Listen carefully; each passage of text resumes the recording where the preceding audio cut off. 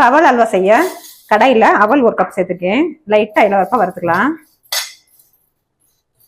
Colour மாறிடாமல் லைட்டாக இளவரப்பாக வறுத்துட்டு ஜாரில் சேர்த்து நைஸாக அரைச்சிக்கலாம். இப்போ நைஸாக அரைச்சாச்சு அவலை. இப்போ பவுலுக்கு சேர்த்துக்கலாம். அடுத்ததாக தேங்காய் துருவி வச்சுருக்கேன். இது நைஸாக பால் எடுத்து புழிஞ்சு அதில் ஊற வச்சுக்கலாம். இப்போ அவல் அல்வாவுக்கு அவல் நல்லா பொடிச்சு வச்சுருக்கிறதுல தேங்காய் பாலை சேர்த்துக்கலாம். ஒரு 5 நிமிஷம் ஊறட்டும். இப்போ நல்லா கலக்கி விட்டுக்கலாம். இப்போ ஒரு 5 நிமிஷம் ஊற வச்சுக்கலாம். அவல் அல்வாவுக்கு வெல்லம் சேர்த்துருக்கேன். ஒரு 1/4 கிளாஸ் தண்ணி ஊற்றி தண்ணி நல்லா வெல்லம் கரையட்டும். பாகு பதம்னா தேவையில்லை, கரைஞ்சா போட்டும் போதும் வெல்லம். ஏலக்காய் விதைகளை மட்டும் சேர்த்துக்கலாம். இப்போ நல்லா பாகு நல்லா வெல்லம் கரைஞ்சிருச்சு. இப்போ நம்ம ஊற வச்சிருக்க அவளையும் இதில் எடுத்து கலந்துக்கலாம்.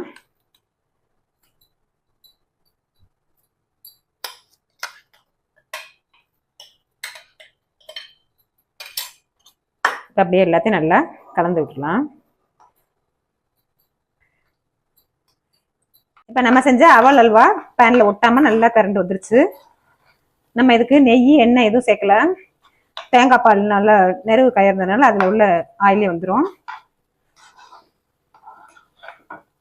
கொஞ்சமாக வெள்ளரி விதை சேர்த்துக்கலாம்.